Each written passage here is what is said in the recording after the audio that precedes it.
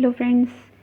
तो हम लोग पढ़ते हैं अपना आज चैप्टर 2। ये हमारा क्लास 7 का चैप्टर 2 है, न्यूट्रिशन इन एनिमल्स। इससे पहले हम लोग पढ़ चुके हैं न्यूट्रिशन इन प्लांट्स। ठीक है, अब हम लोग पढ़ने जा रहे हैं न्यूट्रिशन इन एनिमल्स। ठीक है, तो शुरू करते हैं अपने चैप्टर को। इसमें हम लोगों ने पढ़ा था कि न्यूट्रिशन जो एनिमल्स में होता है वो किसके थ्रू होता है, वो फोटोसिंथेसिस के थ्रू होता है। तो जो एनिमल्स होते हैं वो अपना न्यूट्रिशन खुद से यानी कि अपना खाना नहीं बना पाते, तो उनमें न्यूट्रिशन किस तरह होता है इस चैप्टर में हम लोग वो पढ़ने वाले हैं। ठीक है, तो यहाँ पे यही बात की गई कि प्लांट्स अपना खाना खुद बनाते हैं और वो प्रोसेस होती है फोटोसिंथेसिस। एनिमल्स अपना खाना नहीं बना लेते, तो एनिमल्स किस पर डिपेंड करते हैं, प्लांट्स पर फूड के लिए डिपेंड करते हैं। ठीक है, या तो वो डायरेक्टली फूड प्लांट से अपना फूड ले लेते हैं उसको खा के डायरेक्टली, और या तो फिर वो एनिमल्स को खा के इनडायरेक्टली उसको लेते हैं। जैसे कि अगर हम चिकन ले रहे हैं तो वो भी किससे ही चिकन जो है वो क्या लेता है, वो प्लांट लेता है या इंसेक्ट लेता है। ठीक है, तो वो डायरेक्टली हम क्या खा रहे हैं, प्लांट से खा रहे हैं। ठीक है, यहाँ पे इस बात को बताया गया है ध्यान से। तो यानी कि हम प्लांट्स को ही ले रहे हैं, चाहे वो हम इनडायरेक्ट लें चाहे वो हम डायरेक्टली लें। ठीक है, उसके बाद बताया गया कि कुछ एनिमल्स जो होते हैं जो कि सिर्फ प्लांट पे ही डिपेंड करते हैं कि वो प्लांट्स को ही लेते हैं, लेकिन कुछ एनिमल्स होते हैं जैसे हमारा लायन हो गया, टाइगर हो गया, ये क्या करते हैं, जैसे टाइगर है वो सिर्फ एनिमल्स को ही लेता है, लेकिन कुछ एनिमल्स होते हैं जो प्लांट्स और एनिमल्स दोनों को ही खाते हैं। ठीक है, जैसे कि इसका अच्छा एग्जाम्पल हम भी हैं कि हम जो है ह्यूमन बीइंग जो है वो प्लांट्स और एनिमल्स दोनों को लेते हैं। फिर यहाँ पे बात की गई है कि जो सारे ऑर्गेनिजम्स होते हैं उनको क्या चाहिए, खाना चाहिए। खाना किस लिए चाहिए, फूड उनको किस लिए चाहिए, ग्रोथ के लिए चाहिए, या अगर बात की जाए तो रिपेयरिंग के लिए चाहिए, उनकी बॉडी के फंक्शनल प्रॉपर हो पाएँ उसके लिए उनको खाना फूड यानी कि ज़रूरत है। ठीक है, यानी कि अगर फूड हमारी बॉडी के लिए बहुत इंपॉर्टेंट है, उसकी ग्रोथ के लिए, उसकी रिपेयरिंग के लिए, ठीक है, और भी जो बॉडी के फंक्शन है उनको पूरा करने के लिए। ठीक है, अब बात यहाँ की जा रही है एनिमल न्यूट्रिशन की। ठीक है, एनिमल न्यूट्रिशन में क्या होता है, इंक्लूड होता है न्यूट्रिएंट रिक्वायरमेंट। ठीक है, और mode of intake of food and its utilisation. अगर हम बात करें कि एनिमल न्यूट्रिशन एक्चुअल में है क्या, तो एनिमल न्यूट्रिशन इंक्लूड करता है न्यूट्रिएंट रिक्वायरमेंट को, दूसरा mode of intake of food को, दूसरा इट्स यूटिलाइजेशन, हम न्यूट्रिएंट क्या ले रहे हैं, हम खाना किस तरह ले रहे हैं उसको, और उसको किस तरह से यूटिलाइज कर रहे हैं। ठीक है, तो इस बात को आप ध्यान रखिएगा। ठीक है, इससे पहले हम लोगों ने क्लास 6 में क्या पढ़े थे, फूड के कंपोनेंट्स पढ़े थे। ठीक है, component of food second chapter था आपका, तो उसको हमने पढ़ा था फूड कंपोनेंट क्या होते हैं, कि फूड के अंदर उसके पार्ट्स यानी कि protein, vitamin, minerals, carbohydrate and fat. ठीक है, ये सारी चीज़ें हमारी क्या होते हैं, कंपोनेंट्स ऑफ फूड होते हैं। तो उनको कहा गया कि उसकी लिस्ट बनाइए और उसको यहाँ पर लिखिए। ठीक है, तो आप लोग पीछे जाके इसको चैप्टर को पढ़ सकते हैं क्लास 6 में। ठीक है, हमारे चैनल पे एनसीईआरटी नॉवेल के। ठीक है, अब बात कर रहे हैं हम नेक्स्ट, क्या कंपोनेंट्स जो होते हैं वो क्या होते हैं, एक्चुअल में वो कार्बोहाइड्रेट्स होते हैं जो कि क्या हैं, कॉम्प्लेक्स सब्सटेंसेस हैं।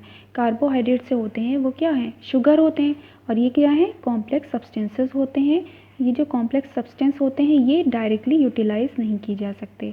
मतलब कहने का ये है कि जो कार्बोहाइड्रेट्स होते हैं या प्रोटीन्स होते हैं तो वो किन से बने होते हैं, जो प्रोटीन्स होते हैं वो अमीनो एसिड से मिलके बने होते हैं। तो उनको डायरेक्ट प्रोटीन को डाइजेस्ट नहीं किया जाता है, उनको डाइजेस्ट कर करके उनको अमीनो एसिड में चेंज किया जाता है, तब हमारी बॉडी उसको यूटिलाइज करती है। तो यहाँ पर ये उसी बात को कह रहे हैं कि उसको तोड़ा जाता है सिंपलर यूनिट्स में, यानी कि प्रोटीन को, एग्जाम्पल है, प्रोटीन को अमीनो एसिड्स में तोड़ दिया जाता है, तोड़ के फिर उसको यूटिलाइज कर लिया जाता है। यानी कि हम कह सकते हैं कि अमीनो एसिड से मिलकर प्रोटीन बनता है। ठीक है, इसी तरह कार्बोहाइड्रेट की भी यूनिट होती हैं, और इसी तरह आपके कार्बोहाइड्रेट, प्रोटीन और फैट की भी यूनिट्स होती हैं। इसको आगे हम लोग पढ़ेंगे। ठीक है, तो यहाँ पे ये बताया जा रहा है कि क्या हो जाता है, यहाँ पे ब्रेक डाउन हो जाता है, इन कॉम्प्लेक्स कंपोनेंट्स का क्या हो जाता है, ब्रेक डाउन हो जाता है। यहाँ पे फिगर के थ्रू दिखा रहे हैं, ये कॉम्प्लेक्स सब्सटेंस है, इसको सिंपलर सब्सटेंस में चेंज कर दिया गया। ठीक है,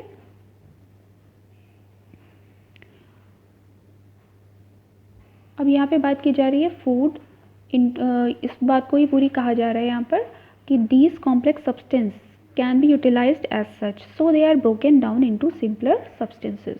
The breakdown of complex components of food into simpler substance, ठीक है, complex to simpler चेंज हो जाता है, इसको ही क्या कहते हैं, डाइजेशन की प्रोसेस कहते हैं। ठीक है, किसी भी कॉम्प्लेक्स फूड को सिंपल फूड में चेंज करना क्या कहलाता है, डाइजेशन कहलाता है। अब हम बात करें different ways of taking food कि हम खाना किस किस तरह लेते हैं, क्योंकि जैसे मॉस्किटोज़ हैं तो वो क्या करते हैं, ब्लड को सक करते हैं, ठीक है। या हमारी हमिंग बर्ड है, ये सबसे छोटी बर्ड होती है, तो ये जो है ये भी क्या करती है, सक करती है। और जो फूड होता है वो इनका नेक्टर होता है। तो मतलब कहने का ये कि हमारा फूड भी अलग अलग होता है और उसको लेने का जो तरीक़ा है वो भी बिल्कुल अलग अलग होता है, ठीक है। तो हमिंग बर्ड्स किस तरह से नेक्टर को सक करके लेते हैं। ह्यूमन इन्फेंट्स मतलब जो 1 साल का बच्चा होता है वो खाने को अलग तरीके से लेता है, वो मिल्क लेता है लिक्विड फॉर्म में, ठीक है, वो सक कर करके लेता है या अपनी माँ से वो लेता है, ठीक है। स्नेक की अगर हम बात करें, पाइथन की, तो वो क्या करता है, एनिमल और या प्रे जो भी इसका होता है उसका पूरा पूरा सॉलो निगल लेता है, फिर उसको धीरे धीरे अंदर डाइजेस्ट करता रहता है, वो चबाता भी नहीं है, ठीक है। तो यही चीज़ें यहाँ पे बता रहे हैं। कुछ एक्वेटिक एनिमल्स होते हैं, वो फूड पार्टिकल्स जो भी होते हैं वाटर में उनको फ़िल्टर करके ले लेते हैं। तो सबका जो मेथड होता है फूड लेने का वो अलग अलग तो होता है, ठीक है। अब इसके लिए एक्टिविटी की जा रही है कि एक एक्टिविटी करते हैं कि जिसमें हमने ये बना दिया, इन्होंने नेम ऑफ एनिमल्स यहाँ पे लिख दिया, काइंड ऑफ फूड यहाँ पे लिख दिया और मोड ऑफ फीडिंग मतलब किस तरह कौन क्या कर रहा है, ठीक है। तो इसमें बहुत सारे एग्जांपल्स ले लिए, snail, ant, eagle, hummingbird, lice, mosquito, butterfly, housefly, ठीक है। और यहाँ पे एक हिंट की तरह दे दिया गया है कि ये फूड किस किस तरह लेंगे, स्क्रैपिंग के through, chewing, siphoning, capturing, swallowing, sponging and sucking, ठीक है। तो ये लिस्ट आपको तैयार करनी है, आपको ये बनाना है अपने फ्रेंड्स के साथ मिलकर। अगर आप लोग ये नहीं कर पाते तो आप कमेंट सेक्शन में मेंशन करिए, मैं आपको ये लिस्ट तैयार करके दे दूँगी, ठीक है। वैसे यहाँ पे ये बहुत इजी है, इसमें कोई ऐसा टफ नहीं है कि आप इसको ना कर पाएँ।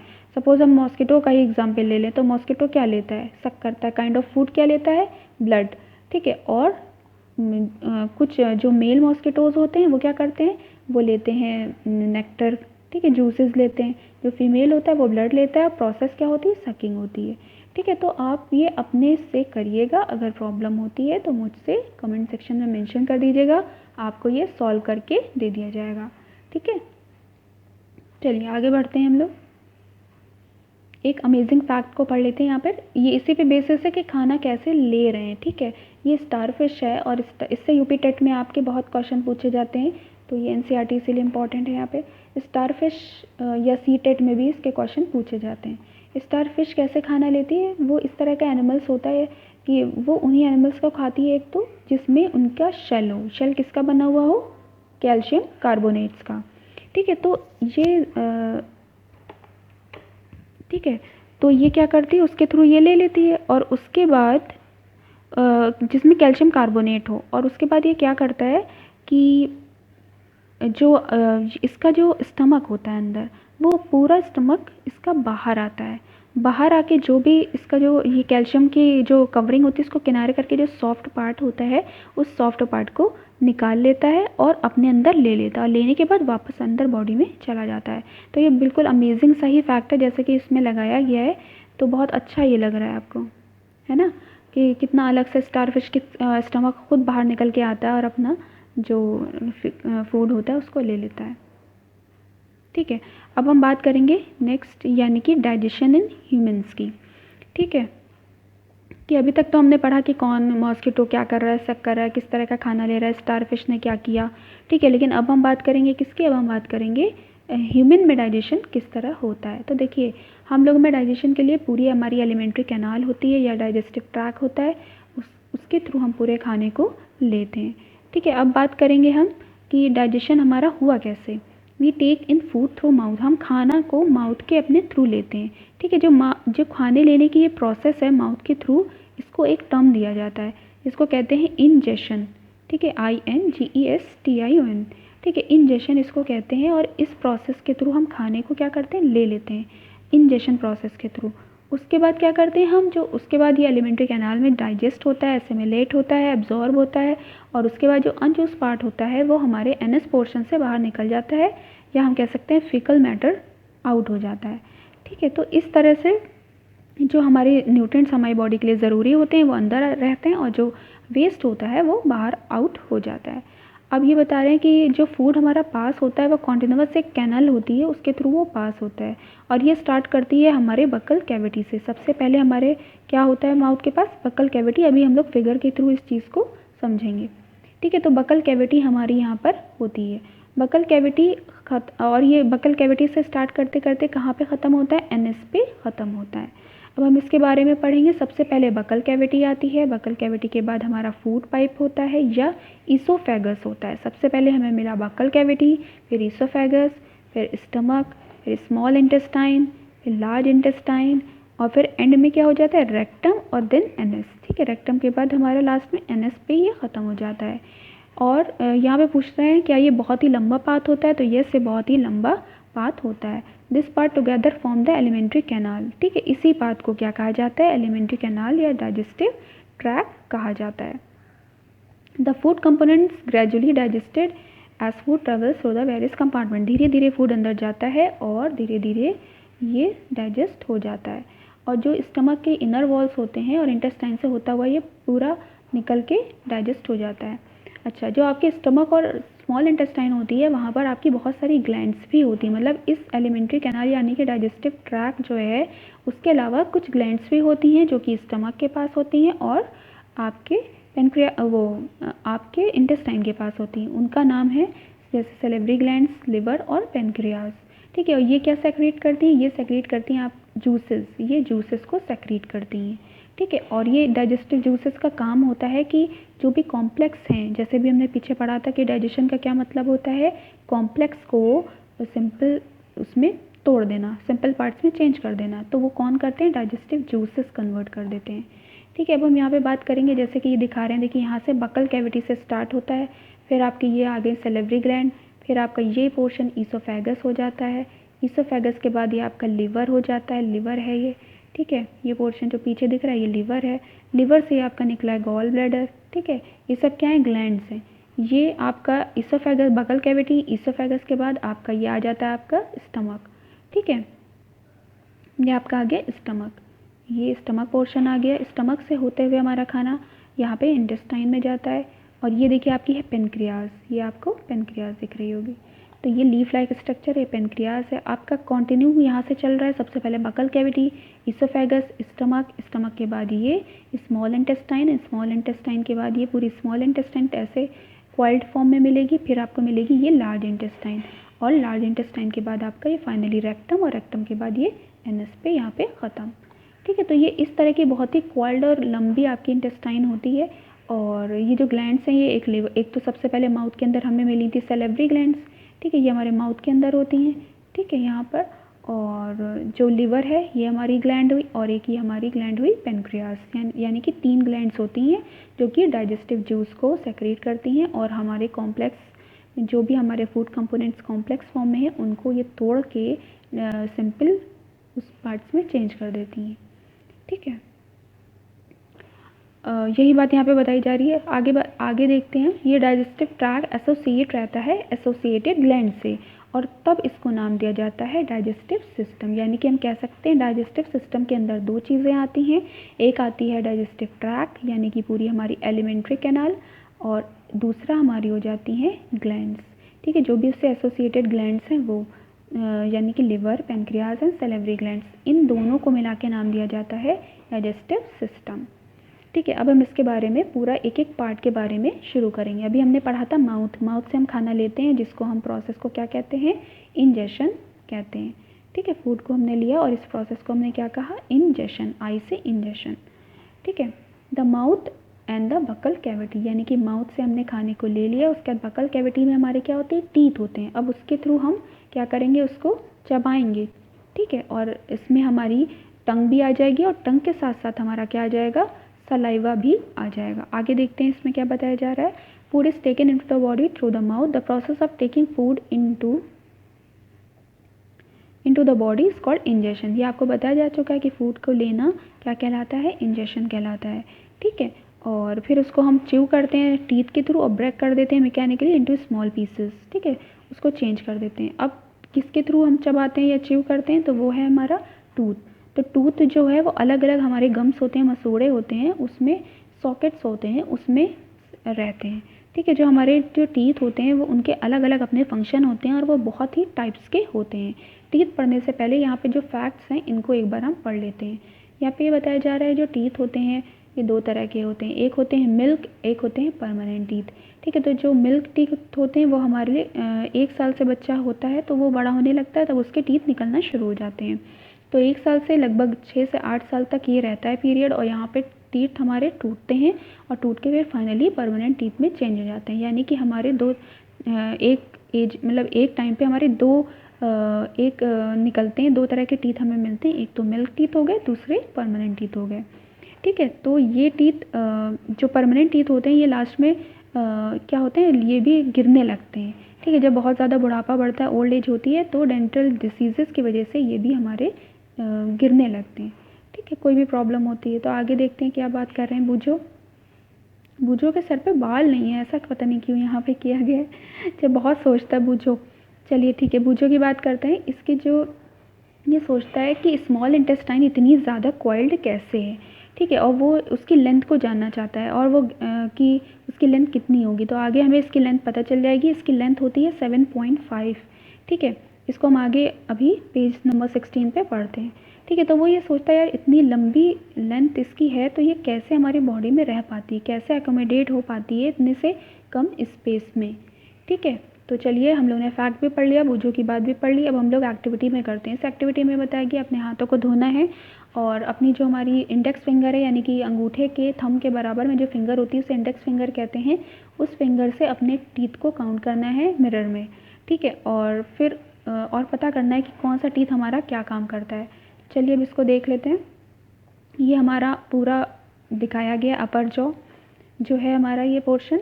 ठीक है, इसमें अपर जॉ दो जॉज होते हैं, एक हमारा अपर जॉ होता है, एक होता है हमारा लोअर जॉ। अपर जॉ, लोअर जॉ। जो अपर जॉ होता है वो हमेशा क्या होता है, फिक्स्ड होता है, और लोअर जॉ जो होता है वो क्या होता है, मूवेबल होता है। ठीक है, दो चीज़ें, अपर जॉ, लोअर जॉ। अपर जॉ जो होता है फिक्स्ड होता है और लोअर जॉ मूवेबल होता है, हम हिला सकते हैं, या आप खुद करके देख सकते हैं। तो हमारी जो बॉडी है, हमारा जो माउथ है, उसमें जो टीथ होते हैं वो 4 टाइप के होते हैं, 4 टाइप्स के। First molar, premolar, canines and incisors. तो पीछे से शुरू करते हैं। तो पीछे के 3, ये अपर जॉ या लोअर जॉ आप जो भी समझ सकते हैं, इसमें पीछे से शुरू करें तो 3 लास्ट के जो 3 होते हैं दोनों की तरफ, वो क्या कहलाते हैं, मोलर्स कहलाते हैं। ठीक है, उसके बाद जो 3 हो गए ये हमारे क्या कहलाएंगे, ये हमारे मोलर्स कहलाएंगे। फिर हमारे ये जो 2 होते हैं पेयर दोनों की तरफ, ठीक है, ये इधर भी और दूसरी तरफ भी। आप एक साइड देख लेंगे तो एक साइड आप खुद देख लेंगे। यहाँ से इसको हम कट कर देते हैं तो आपको देखने में आसानी हो जाएगी। यहाँ से देखिए 3 के इधर तो ऑब्वियसली 3 के उधर मिरर में जाएगी, 3 इधर है तो 3 उधर है। तो यहाँ पे 2 पहले जो के 3 थे वो मोलर्स से, फिर उनसे पहले क्योंकि ये हैं इसलिए प्री मोलर्स, फिर ये जो है ये कैनाइन्स हो जाते हैं, ये कैनाइन्स। ठीक है, इस तरह से। उसके बाद ये जो 2 हैं ये हो जाते हैं इंसीजर, यानी कि आगे जो दिख रहे हैं आगे के 4 टीथ इंसीजर हैं, फिर जो 4 टीथ के बराबर में है 2 ये कैनाइन्स हैं, फिर जो 2 हैं वो क्या है हमारे प्री मोलर्स, देन 3 जो हैं वो मोलर्स हैं। ठीक है, तो इस तरह से हमारे ये हो गए कितने, 3 हो गए, 3 2 5 6 7 8 एक साइड में हमें मिल रहे हैं, और ये इसका मिरर इमेज है, यानी कि 8 इधर मिल रहे हैं तो 8 इधर भी मिलेंगे। ठीक है, और आपको ये भी पता होगा जो अपर जॉ है वही लोअर जॉ, यानी कि 8 8 16 ऊपर है तो 16 हमारे नीचे मिल जाएंगे, यानी कि 16 + 16 हमारा कितना हुआ, 16 और 16 हमारा हुआ 32। यानी कि हमारे माउथ में कितने टीथ हैं, 32 टीथ हैं। कितने टाइप के टीथ हैं, 4 टाइप के टीथ हैं, 4 टाइप। ठीक है, molar, premolar, canines and seizure. हमारी जो लाइफ होती है उसमें हमें कितने टाइप के टीथ देखने को मिलते हैं, 2 टाइप्स के, एक तो परमानेंट और एक टेम्परेरी। टेम्परेरी हमारे बचपन से निकलना शुरू होते हैं और 6 to 8 ईयर्स तक डिके उनका हो जाता है। उसके बाद हमारे परमानेंट टीथ आ जाते हैं, वो ओल्ड एज पे जाके फिर गिरते हैं। ठीक है, तो इस तरह से हमें याद हो गए। और हमारे कितने टाइप्स के टीथ हैं, 4 टाइप्स के। कौन कौन से, मोलर, पीछे से 3 मोलर, देन 2 जो हैं वो प्री मोलर, फिर कैनाइन 1, और फिर इंसिजर आ जाता है। ठीक है, ये सब हमें पेयर्स में मिलते हैं। अगर आपको इधर से 3 बताए जा रहे हैं यानी कि 3 पेयर्स में, इधर भी 3 मिल जाएंगे। ठीक है, तो एक साइड से अगर हम काउंट करें तो 3 पेयर मोलर, फिर 2 पेयर प्री मोलर, फिर 1 पेयर कैनाइन्स, और फिर 2 पेयर आपके इंसिजर्स। ठीक है, यही यहाँ पे अब इनकी हमें फंक्शंस देखना है कि इनके फंक्शंस क्या होते हैं। तो टाइप ऑफ टीथ यहाँ दिया गया और इनके फंक्शन की बात की गई है लोअर एंड अपर जॉ में। ठीक है, तो आपको पता है कि कटिंग एंड जो बाइटिंग है ये कौन करता है, हमारे आगे के इंसीजर्स करते हैं। ठीक है, तो यहाँ पे क्या हो जाएगा, इंसीजर। अब इंसीजर्स अगर हम देखें तो कितने होते हैं, आगे 4 होते हैं। अगर हम लोअर जॉ की बात करें तो 4 और ये 4, तो टोटल हमें कितने मिल जाएंगे, हमें यहाँ पे मिल जाएंगे 8। फिर हम बात करें यहाँ पे पियर्सिंग एंड टीयरिंग की, ठीक है, तो ये हमारे कौन करेंगे, टीयरिंग हमारे कैनाइंस करते हैं। कैनाइंस हमारे कितने हैं, एक हमारा अगर लोअर जॉ में देखें तो ये हमारे 2 हैं, और अपर जॉ में भी ये कितने होते हैं, 2 होते हैं, और 2 मिलके ये क्या बन जाएंगे, 4 बन जाएंगे, ठीक है, ये कितने हो जाएंगे, 4। उसके बाद हम बात करें कि और ये जो टीयरिंग आपका काम होता है और जो ग्रैब करना होता है, तो ये आपके जो पीछे के यानी कि प्री मोलर्स हैं इनका भी काम होता है, ठीक है। कुछ च्यू भी करते हैं, कुछ उनको ग्रिप भी करते हैं और टीयर में भी पार्टिसिपेट करते हैं, और ये हमारे टोटल होते हैं ऊपर अगर हम लोअर जॉ की बात करें 4, और इसमें भी 4 यानी कि 4 4 8, ठीक है। और फाइनली फिर हम बात करते हैं जो हमारे वो हैं मोलर्स हैं, तो वो हमारे 3 होते हैं यानी कि 3 3 6। ऊपर हम लोअर जॉ की बात करें तो ये कितने होंगे, ये होंगे 6, और इधर भी 6,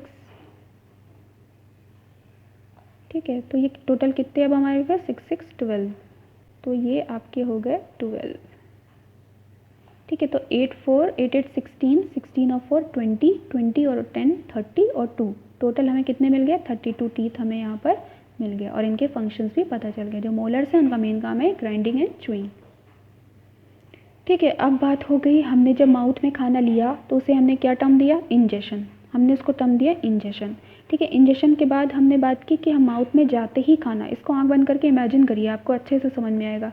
जैसे माउथ में खाना जाता है तो क्या होता है, हमारी यहाँ पे टंग है, हमारे वहाँ पे टीथ हैं, ठीक है। टीथ उसको चबाते हैं, टंग उसे सपोर्ट करती है, प्लेटफॉर्म देती है, और सैलिवरी ग्लैंड को सेक्रिएट करती है, जिससे हमारा जो खाना होता है मॉइस्ट हो जाता है और हमें चबाने में आसानी होती है। और जो सलाइवा होता है वो क्या है, सैलिवरी ग्लैंड सेक्रेट करती हैं, जिसमें क्या होते हैं, डाइजेस्टिव जूस होते हैं। तो क्या हमारे माउथ में डाइजेशन होता है या नहीं, इसको हम समझने वाले हैं कि जैसे हमारे माउथ में खाना गया, हमने उसको च्यू किया, चबाया अपने टीथ्स के थ्रू। टीथ हमारे 4 टाइप्स के होते हैं, कौन कौन से, पीछे से देखें तो 3 पेयर्स कौन हुए, मोलर्स, फिर 2 पेयर्स प्रीमोलर्स, फिर 1 पेयर कैनाइन, और फिर 2 पेयर्स कौन हुए हमारे, इंसीजर। तो इस तरह से हमारे हो जाते हैं टोटल 32 जो हमारे टीथ होते हैं वो मिल के अपर और लोअर जॉ में काम करते हैं, सलावा के साथ उसको और टंग के साथ मिक्स करके उसको एक लुगदी फॉर्म कह सकते हैं कि उसको बना देते हैं, ठीक है। तो अब क्या इसमें यहाँ पे टेस्ट देखने वाले हैं कि क्या इसमें कोई डाइजेशन होता है या नहीं होता है। तो इसके लिए देखिए आपको क्या करना है, 2 टेस्ट ट्यूब ले लेना है, एक टेस्ट ट्यूब को इंडिकेट कर देना है ए से, एक को बी से। इसमें क्या कर देना है, आपको जो बॉइल्ड राइस होते हैं वो डाल देना है, और जो भी हमें आयोडीन सोल्यूशन वगैरह है वो इसमें डाल देना। अभी इसकी बात करते हैं। और एक टेस्ट ट्यूब में हमें क्या करना है, एक राइस को लेना है बॉइल्ड, और उनको चबा के च्यू करके उनको तब डाल देना है, ठीक है। तो इनमें चेंज देखना है कि एक्चुअल में चेंज क्या आता है। देखिए इसमें जो कलर आ रहा है वो ब्लू आ रहा है, जो दूसरी है जो हमने चबा रखी है उसमें कलर चेंज नहीं हो रहा है। अब इसको पूरा डिटेल में पढ़ लेते हैं कि क्या हो रहा है टेस्ट। बॉइल्ड राइस में क्या किया, टेस्ट भी ले लिया, टेस्ट इंडिकेट कर लिया, फिर उसको च्यू करने के बाद क्या किया, उसमें ऐड किया 3 से 4 ml वाटर दोनों में, और उसके बाद 2-3 ड्रॉप्स आयोडीन सोल्यूशन डाल देना है। अब हम क्या चेंज देखते हैं कि इसका ब्लू कलर चेंज हो जाता है, यानी कि ये कहीं ना कहीं बताता है कि इसमें स्टार्च है, ठीक है। और ये बताता है कि इसमें स्टार्च नहीं है, एब्सेंट है। तो ये च्यू करने के बाद स्टार्च कहाँ चला गया, यानी कि हमारे सलाइवा ने डाइजेशन कर दिया, यानी कि स्टार्च को सिंपल्स यूनिट्स में चेंज कर दिया। स्टार्च क्या होता है, स्टार्च एक पॉलीसेकेराइड है, ठीक है। स्टार्च एक शुगर का पॉलीसेकेराइड होता है जो कि तोड़ने के बाद शुगर में चेंज हो जाता है, यानी कि सलाइवा हमारे कुछ परसेंट 6 to 8% स्टार्च को डाइजेस्ट कर देता है शुगर में, इसीलिए यहाँ पे ये टेस्ट नहीं आता है और ये ब्लू कलर यहाँ पे फॉर्म नहीं होता, ठीक है। तो ये आपको समझ में आ गया स्टार्च क्या है। स्टार्च एक्चुअल में एक पॉलीसेकेराइड है। पॉलीसेकेराइड्स क्या होते हैं, जैसे कि नाम में पॉली एंड सेकेराइड्स, पॉली मतलब बहुत सारे, सेकेराइड्स मतलब बहुत से सेकेराइड से मिलकर बनता है पॉलीसेकेराइड। सेकेराइड क्या होते हैं, शुगर्स होते हैं, ठीक है। शुगर से बहुत सारे कंबाइन करते हैं तो वो बना लेते हैं पॉलीसेकेराइड, और इसका एग्जाम्पल क्या है हमारा, सेल्यूलोज, स्टार्च, ये सब इसके एग्जाम्पल्स हैं। तो स्टार्च जब टूटता है सिंपल में तो वो क्या बना लेते हैं, शुगर, यानी कि सिंपल एक सेकेराइड बना लेते हैं, ठीक है, या शुगर्स बना लेते हैं। तो इस तरह से हमें पता चल गया कि हमारे माउथ में ही डाइजेशन स्टार्ट हो जाता है। और फर्स्ट ऑफ ऑल किसका डाइजेशन होता है, स्टार्च का डाइजेशन होता है। फिर अब हम बात करने वाले हैं अपने टंग की। टंग एक मस्कुलर ऑर्गन है जिसका काम होता है कि वो एक तो बोलने के काम होती है, दूसरा हमारा प्लेटफॉर्म है डाइजेशन का। मतलब खाने को लेने का, फूड को एक प्लेटफॉर्म देती है। अगर वो नहीं होती तो किस तरह मैनेज होता। ठीक है, तो अब अगर हम बात करें तो वो हर तरह से मूव कर सकती है बकल कैविटी में, हर डायरेक्शन में, सारे डायरेक्शन में, और उसका फंक्शन आपको पता ही है, बात करने में और सलाइवा को मिक्स करने में, ये इसके मेन फंक्शन है, इसको आप ध्यान रखिएगा। During the food chewing and help in swallowing, और खाने को निगलने में भी ये हेल्प करती है। ठीक है, और सबसे बड़ी इम्पॉर्टेंट उसका फीचर है कि वो टेस्ट को, कि खाने का टेस्ट कैसा है उसको भी वही आइडेंटिफाई कर दी कि कहाँ पे किस तरह से टेस्ट है। अब इसके लिए क्या होता है, इसमें बहुत सारे टेस्ट बर्ड्स होते हैं, और ये जो टेस्ट बर्ड्स होते हैं ये डिटेक्ट करते हैं कि हमारे फूड का टेस्ट कैसा है।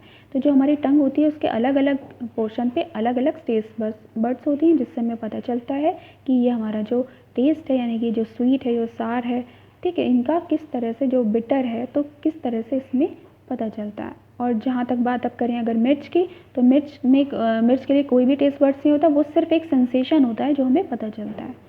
अब यहाँ पे इन्होंने क्या किया है, एक अलग सा फैक्ट दे दिया है। इसको कंटिन्यू करेंगे टंग को, कि इसके बर्ड्स कैसे होते हैं, कैसे क्या होता है। इसको पहले एक फैक्ट को पढ़ लेते हैं कि यहाँ पे बात की जा रही है स्वीट्स एंड टूथ डिके, यानी कि स्वीट से ही आपका क्या हो जाता है, टूथ डिके किस तरह होता है ये देखना है हमें। यहाँ पे बता रहे हैं कि बैक्टीरिया जो होते हैं ये हमारी बॉडी के लिए बहुत इंपॉर्टेंट भी होते हैं और कुछ हार्मफुल भी होते हैं। ठीक है, तो अगर हमने अपनी माउथ को प्रॉपर्ली साफ़ नहीं रखा तो उसमें क्या हो जाता है, एक्स्ट्रा बैक्टीरिया की ग्रोथ होने लगती है।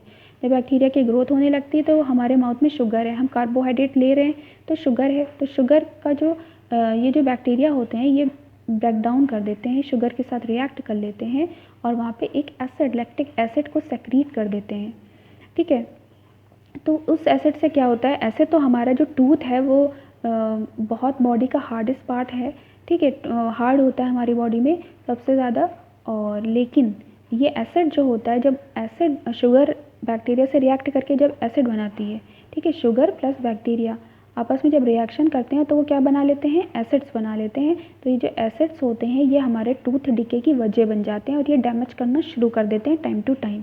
अगर हमने प्रॉपरली माउथ को साफ़ नहीं रखा तो फिर धीरे धीरे टूथ लॉस होना शुरू हो जाता है, हमारी बहुत सी प्रॉब्लम होगी, दर्द होगा। ठीक है, तो उसके लिए कौन रिस्पॉन्सिबल है, चॉकलेट्स हैं, स्वीट्स हैं, या हम नॉर्मल खाना भी खा रहे हैं तो खाने को अगर हमने प्रॉपरली खा के उस माउथ को क्लीन नहीं किया तो ये प्रॉब्लम हो जाती है। ठीक है, तो हमें क्या यूज़ करना चाहिए, क्लीन करने के लिए हमें ब्रश यूज़ करना चाहिए, या अगर देखें दतून नेचुरली है इसको यूज़ करना चाहिए, और ये हमारे जो भी पार्टिकल फंसे हुए होते हैं, फूड पार्टिकल्स, उनको निकाल देते हैं। और ये हमें दिन में 2 बार करना चाहिए, और हर खाने के बाद माउथ को साफ़ करना चाहिए। ठीक है, जिससे और कभी भी अपनी डर्टी फिंगर्स इसके अंदर नहीं डालनी चाहिए, जिससे हमारा माउथ हमेशा क्या रहे, क्लीन रहे। ठीक है, अब हम अपनी, अच्छा अभी भी आगे है कुछ, समटाइम्स व्हेन यू ईट इन हरी। अच्छा ये बात करें कि कभी हम ये क्या करते हैं कि जल्दी में खाना खा लेते हैं, ये अलग फैक्ट है लेकिन इसको बता देते हैं। और ये टेस्ट बड्स वाला जो पोर्शन था इसको आगे कंटिन्यू करेंगे।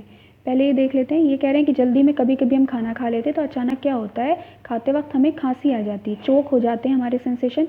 ठीक है, चोकिंग हो जाती है। तो वो क्यों होती है, देखिए जो हमारा माउथ होता है उसके बाद जब हमारी ये माउथ के बाद माउथ है बकल कैविटी, उसके बाद जब खाना अंदर जाने लगता है यानी कि ईसोफेगस में जाने लगता है तो यहीं पे एक कॉमन पाइप हो जाता है, विंड पाइप। ठीक है, यहीं से हमें सांस जा रही है, सांस हमारी लंग्स के अंदर ट्रैवल, यहाँ से जा रही है ऑक्सीजन, और यहीं से हमारा खाना ऊपर की तरफ ईसोफेगस से होता हुआ स्टमक में आ रहा है। तो यहाँ पे एक कॉमन होता है यहाँ पे, जिसकी वजह से क्या होता है, कभी कभी खाने के जो पार्टिकल्स होते हैं वो इधर इस पाइप में आ जाते हैं, जिसकी वजह से हम चोक कर जाते हैं गला और हमें खांसी आने लगती है। ठीक है, तो यहाँ पे ये यही बता रहे हैं कि यहाँ पे जो हमारा, यहाँ पे कह रहे हैं ड्यूरिंग एक्ट ऑफ सॉलिंग, जिस टाइम पे हम निगलते हैं उस टाइम पे अगर हम बातें करते हैं या कुछ हंसते वसते हैं तो उससे क्या होता है, जो वॉल्व होता है, एक फ्लैप लाइक वॉल्व होता है। ठीक है, वो विंड पाइप को उतनी देर के लिए, जितनी देर हम सॉलो करते हैं उतनी देर के लिए उसे बंद कर देता है, ताकि हमारा खाना सीधा फूड पाइप में चला जाए, ना कि विंड पाइप में। तो अगर हम प्रॉपरली फोकस नहीं करते तो उससे क्या होता है, वो वॉल्व खुला रह जाता है, जिससे हमारे जो फूड पार्टिकल्स होते हैं वो विंड पाइप में चले जाते हैं, जिसकी वजह से हमें खांसी वगैरह आ जाती है और चोकिंग सी हो जाती है लक में। ठीक है, तो यहाँ पे ये बता रहे हैं, ये भी एक इम्पॉर्टेंट फैक्ट था, तो इसको भी आप लोग समझ लीजिए। अब वापस आते हैं अपने टेस्ट बड्स के पास, कि वहाँ पे उन्होंने कहा कि आप इसको ऑब्जर्व करिए कि हमारे उसमें टेस्ट में जो टेस्ट होते हैं वो किस किस तरह से कहाँ कहाँ कैसे होते हैं। ठीक है, उसके लिए क्या करना है, हमें कई तरह के सॉल्यूशंस बना लेना है, कुछ शुगर सॉल्यूशन बना लेना है, कॉमन सॉल्ट सॉल्यूशन बना लेना है, लेमन जूस का यानी कि खट्टा सार टेस्ट कर लेना है, और जूस को जो बिटर गार्ड है यानी कि करेले का जूस या नीम की जो पत्तियाँ होती हैं उनको क्रश करके जूस तैयार कर लेना है। उससे क्या होगा, ये हमें सारे तरह के टेस्ट मिल रहे हैं। यहाँ पे हमें मीठा मिल रहा है, यहाँ पे हमें क्या मिल रहा है, सार मिल रहा है, यहाँ पे हमें खट्टा मिल रहा है, सॉरी यहाँ पे सार मिल रहा है, यहाँ पे हमें ये सॉल्टी मिल रहा है और जूस से हमें बिटर टेस्ट मिल रहा है। इन सारों को लेना है और हमें वहाँ पे क्या कर लेना है, टूथ जो पिक होती है उससे उसको ले लेकर अपने जो फ्रेंड्स हैं उनसे टच कर करके अलग अलग पोर्शन में देखना है और पता करना है कि किस तरह का टेस्ट कहाँ होता है। ये आपको खुद करना होगा अपने क्लासमेट्स के साथ मिलके और फिर बताना होगा कि किसने कहाँ पे किस रीजन में कौन सा टेस्ट देखा। अब हमने सबसे पहले माउथ से स्टार्ट किया था। माउथ में हमने सलाइवा की बात कर ली, हमने माउथ के बाद हमने टीथ की बात की और टीथ के बाद हमने टंग की बात कर ली। ठीक है, सलाइवा से हमें ये पता चल गया कि यहाँ पे स्टार्च का डाइजेशन हो जाता है। उसके बाद अब हमारे सॉलो हो रहा है, कहाँ से, फूड पाइप सॉलो होके इसोफेगस में आने वाला है। ठीक है, तो सॉलो होने के बाद फूड पास हुआ इसोफेगस में और इसोफेगस के थ्रू वो कहाँ जाएगा, स्टमक में जाएगा। ठीक है, तो ये हमारा फूड पाइप जो होता है रन्स करता है अलोंग द नेक। पहली देखें क्या कह रही है, पहली wants to know how food moves in the opposite direction during vomiting. मतलब यहाँ पे ये कहना चाह रही हैं कि ये स्ट्रक्चर आपका दिखाया गया है फूड का, कि फूड इस तरह ये आपका आया, ये इसोफेगस में आया और आते आते ये पेरिस्टाल्टिक मूवमेंट के थ्रू ये हमारे स्टमक में आ गया। ठीक है, अब ये देखा जाए तो ये डाउनवर्ड डायरेक्शन में जा रहा है, लेकिन जो वॉमिटिंग होती है वो हमेशा ऊपर की तरफ होती है और हमारे माउथ से बाहर हो जाती है। तो ये किस तरह से होता है वो जो ये समझना चाह रही हैं। ठीक है, अब इसकी बात करेंगे कि आपको ये खुद आइडिया होगा कि किस तरह क्या होता है जब भी कुछ अनडाइजेस्टेड फूड होता है या हम खाना ज़्यादा ले लेते हैं या एसिड प्रॉब्लम की वजह से हमें वॉमिटिंग हो जाती है। ठीक है, और जो गंदगी होती है, जो फूड में इन्फेक्शन होता है वो माउथ के थ्रू बाहर निकल जाता है क्योंकि बॉडी उसको लेती नहीं है। ठीक है, तो इस तरह वॉमिटिंग आपको पता ही होगा, आप इसके बारे में जानते होंगे। अब हम बात कर रहे थे फूड पाइप और इसोफेगस की, तो उसको देखते हैं। तो फूड पुश होता है नीचे की तरफ फूड पाइप के थ्रू और ये नीचे एलिमेंट्री कैनाल में धीमे धीमे पुश होता है डाउनवर्ड डायरेक्शन में। ठीक है, फिर क्या होता है कि जो फूड होता है, यही बात यहाँ पे इन्होंने फिर बताई है कि जो इन्फेक्टेड फूड होता है वो स्टमक एक्सेप्ट नहीं करता और उसे वॉमिट कर देता है, वो उसकी वॉमिटिंग हो जाती है, वॉमिटेड आउट हो जाता है। ठीक है, यानी कि वॉमिटिंग से के थ्रू वो उसको बाहर निकाल देता है। और ये प्रोसेस को हम अपने पेरेंट्स और टीचर के साथ को डिस्कस कर सकते हैं कि अलग अलग उसमें अलग अलग तरह की वॉमिटिंग होती है। अब हमने अभी तक बात की थी माउथ की, माउथ के बाद हमने टीथ की बात की, टंग की बात की, सलाइवा की बात की इंपॉर्टेंट। उसके बाद हमने बात की इसोफेगस की, जो कि पेरिस्टाल्टिक मूवमेंट के थ्रू डाउनवर्ड डायरेक्शन के थ्रू नीचे खाना कहाँ तक ले आया है, स्टमक तक ले आया है। तब हमारा खाना कहाँ आ गया, हमारा खाना आ चुका है स्टमक में।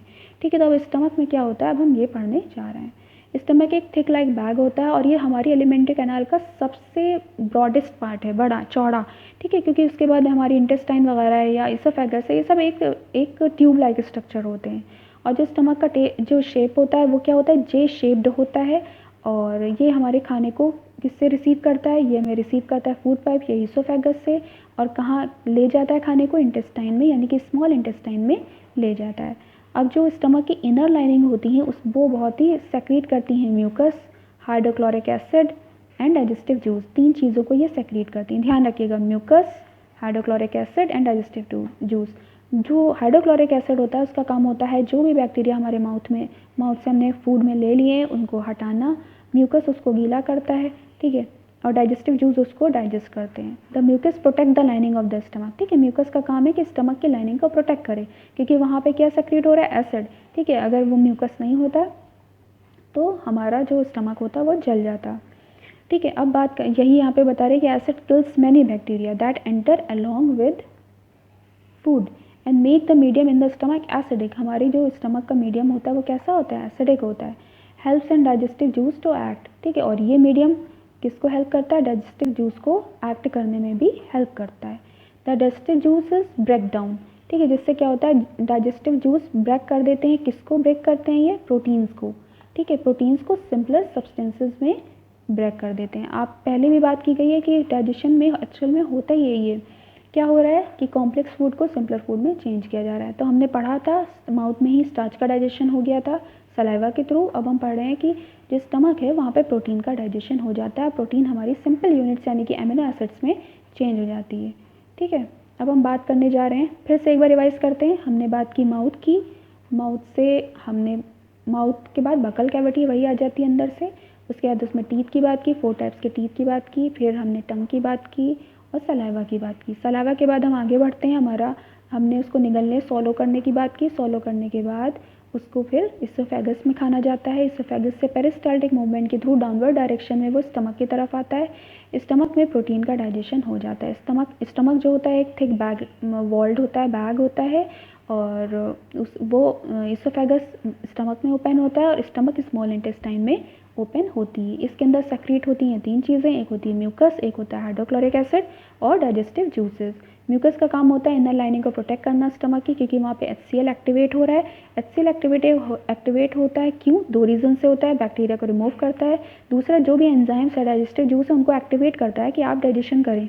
ठीक है, वो डाइजेशन करते हैं प्रोटीन्स को, वो चेंज कर देते हैं उनको सिंपलर सब्सटेंसेज में। ठीक है, फिर नेक्स्ट बात करते हैं हम स्मॉल इंटेस्टाइन की। अब हमारा डाइजेशन इतना हो चुका है, स्टमक में प्रोटीन का हो रहा है, हमारा जो कुछ % तक कार्बोहाइड्रेट का हो चुका है, स्टार्च का हो चुका है। अब हम बात कर रहे हैं स्मॉल इंटेस्टाइन की। तो स्मॉल इंटेस्टाइन ही बहुत इंपॉर्टेंट रोल प्ले करती है, क्योंकि मेन जो डाइजेशन होता है वो यहीं पर होता है। ठीक है, ये आपका स्टमक यहाँ से शुरू होता है और ये आपकी यहाँ से स्मॉल इंटेस्टाइन स्टार्ट होती है। इसका जो ड्यूडेनम पोर्शन होता है ये बहुत ही इंपॉर्टेंट होता है, क्योंकि यहाँ पर आपकी 2 चीज़ें आती हैं। अभी तक हमने बात की थी डाइजेस्टिव सिस्टम। डाइजेस्टिव सिस्टम में 2 चीज़ें थी, एक थी एलिमेंट्री कैनाल और दूसरी थी एसोसिएटेड ग्लैंड्स। तो अब बात यहाँ पर आ जाती है, ये तो हमारी कैनाल चल रही है एलिमेंट्री कैनाल। अब बात आती है कि जो एसोसिएटेड ग्लैंड्स होती हैं वो कैसे प्ले करती हैं अपना रोल। तो देखिए ये हमारा होता है पेनक्रियास, ये कॉमन डक्ट बना के ड्यूडेनम में ओपन होती है। और इधर हमारा होता है लिवर, और लिवर क्या करता है, लिवर से जो भी जूस बनाता है वो सब इकट्ठा करता है अपना गॉल ब्लैडर में, और ये गॉल ब्लैडर की ओपनिंग भी हमारी ड्यूडेनम पोर्शन में होती है। तो ये जो ड्यूडेनम पोर्शन होता है ये बहुत इंपॉर्टेंट होता है, क्योंकि इसमें 2 चीज़ें आ जाती हैं। क्या? एक तो पेनक्रियास का पेनक्रियाटिक जूस, और दूसरा हमारा गॉल ब्लैडर का गॉल ब्लैडर में जो जूस है लिवर का वो भी इसमें आ जाता है। ठीक है, तो दोनों की ओपनिंग हमारे ड्यूडेनम में होती है, इसलिए ड्यूडेनम बहुत ही इंपॉर्टेंट है, इसको आप लोग ध्यान रखिएगा। अब पढ़ते हैं अपने टेक्स्ट को कि क्या कह रहे हैं। स्मॉल इंटेस्टाइन हाईली क्वाइल्ड है, पीछे हमने पढ़ा था कि ये 7.5 मीटर्स लॉन्ग होती है, क्वाइल्ड फॉर्म में होती है। ये रिसीव करती है सेक्रीशन को कहाँ से? लिवर से। अभी बता दिया लिवर आपकी बॉडी की लार्जेस्ट ग्लैंड है।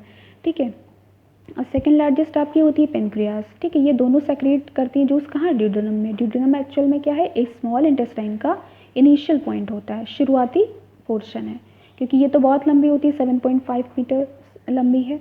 The liver is a reddish brown gland, ये एक तरह की रेडिश ब्राउन ग्लैंड होती है, situated in the upper part of the abdomen on the right side. ठीक है, तो ये राइट साइड में मिलती है हमें। It is the largest gland of the body and secret bile juice. ठीक है, तो लिवर जूस हम यहाँ पे कह सकते थे कि बाइल जूस होता है। ठीक है, तो बाइल जूस सेक्रेट करती है, और कहाँ पे, किस सैक में स्टोर करती है? गॉल ब्लैडर में। हम इसकी भी बात कर चुके हैं कि लिवर होता है, लिवर में गॉल ब्लैडर होता है, गॉल ब्लैडर में ये जूस को सेक्रेट कर देता है। इस जूस को बाइल जूस नाम दिया जाता है, जो कि ओपनिंग कहाँ पर होती है? ड्यूडेनम में होती है। ड्यूडेनम क्या होती है? स्मॉल इंटेस्टाइन का अपर पार्ट होता है, या शुरुआती इनिशियल पॉइंट होता है। पॉइंट तो नहीं कहेंगे, अपर पार्ट कह सकते हैं। This bile an important role in the digestion of fat. देखिए अभी तक हमने माउथ में बात की थी कि स्टार्च का डाइजेशन हो रहा था, कार्बोहाइड्रेट का, यानी कि स्टमक में फिर हमने बात की कि प्रोटीन का डाइजेशन हो रहा है, लेकिन अभी तक हमने ये बात नहीं की कि फ़ैट का डाइजेशन कहाँ हो रहा है। ठीक है, तो आपके ड्यूडेनम पोर्शन में यानी कि स्मॉल इंटेस्टाइन में आपका फ़ैट का डाइजेशन होता है। ठीक है, और कौन इंपॉर्टेंट रोल प्ले करता है? वो गॉल ब्लैडर करता है। गॉल ब्लैडर में क्या होता है? आपका बाइल जूस होता है। जो बाइल जूस होता है वो फैट के डाइजेशन के लिए रिस्पॉन्सिबल होता है। अब बात करेंगे पेनक्रियास की। ठीक है, लेकिन आप ये याद रखिएगा कार्बोहाइड्रेट का डाइजेशन तो हुआ है, लेकिन कंप्लीट डाइजेशन नहीं हुआ है। अभी भी प्रोटीन का भी डाइजेशन होगा और कार्बोहाइड्रेट का भी डाइजेशन होगा, कुछ % तक हो जाता है। The pancreas is large cream coloured gland. ठीक है, जो लीफ लाइक स्ट्रक्चर आपको मिलेगा वो होता है पेनक्रियास का। ठीक है, पीछे हम देख चुके हैं। The pancreas is a large cream coloured gland located just below the stomach. The pancreatic juice act on carbohydrate. ठीक है, जैसे कि अभी हमने बात की बाइल जूस जो कि गॉल ब्लैडर में सेक्रेट होता है लिवर के थ्रू, वो काम करता है फैट्स के ऊपर। ठीक है, वो रिस्पॉन्सिबल होता है डाइजेशन ऑफ फैट्स। लेकिन जो पेनक्रियाटिक जूस होता है वो कार्बोहाइड्रेट्स, फैट्स एंड प्रोटीन्स तीनों के लिए रिस्पॉन्सिबल होता है। ये बात याद रखिएगा, ये तीनों के लिए रिस्पॉन्सिबल होता है। ठीक है, स्टमक में जो डाइजेशन हो रहा था वो किससे हो रहा था? गैस्ट्रिक जूस जो सेक्रेट हो रहे थे वो क्या कर रहे थे? प्रोटीन का डाइजेशन कर रहे थे। ठीक है, तो ये तीनों के लिए रिस्पॉन्सिबल हो रहा है और चेंज कर दे रहा है उनको सिंपल फॉर्म्स में। ठीक है, अब इसको ये जो है अभी हम स्मॉल इंटेस्टाइन कर रहे हैं, इसको हम पूरा कर लेते हैं और उसके बाद फिर नेक्स्ट पार्ट में इसको कवर करेंगे, क्योंकि अभी तक जो भी आपको बताया वो बहुत ज़्यादा बता दिया है। ठीक है, तो उसके बाद जो एब्जॉर्प्शन है या लार्ज इंटेस्टाइन है या जो फैक्ट ये लिखा हुआ था, इसको हम लोग बाद में कवर करेंगे। बस स्मॉल इंटेस्टाइन को पूरा कर लेते हैं। द पार्टली डाइजेस्टेड फूड, अब जो भी बचा हुआ अनडाइजेस्टेड फूड है वो कहाँ पे जाएगा, हमारे lower part of small intestine, क्योंकि स्मॉल इंटेस्टाइन बहुत बड़ी 7.5 मीटर लंबी है। तो ये अभी अपर पार्ट की हम लोग बात कर रहे थे, अब ये कहाँ जाएगा, धीरे धीरे लोअर पार्ट में जाना शुरू करेगा और वहाँ खुद इंटेस्टाइन के भी अपने जूसेस होंगे, क्योंकि अभी जो आ रहे थे जूसेस वो पेनक्रियास के थ्रू आ रहे थे और बाइल जूस यानी कि गॉल ब्लैडर से आ रहे थे।